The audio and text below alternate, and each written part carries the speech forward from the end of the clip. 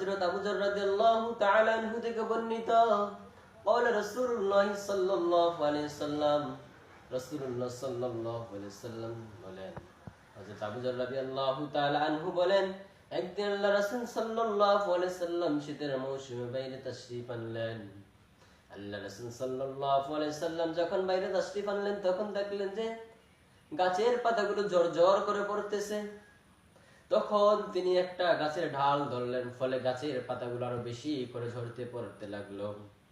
তখন হযরত আবু যর রাদিয়াল্লাহু তাআলা আনহু আল্লাহর রাসূল সাল্লাল্লাহু আলাইহি ওয়াসাল্লামকে বললেন, ইয়া রাসূলুল্লাহ, ইয়া হাবিবাল্লাহ, গাছের পাতাগুলো এমন ঝরঝর করে কেন পড়তেছে?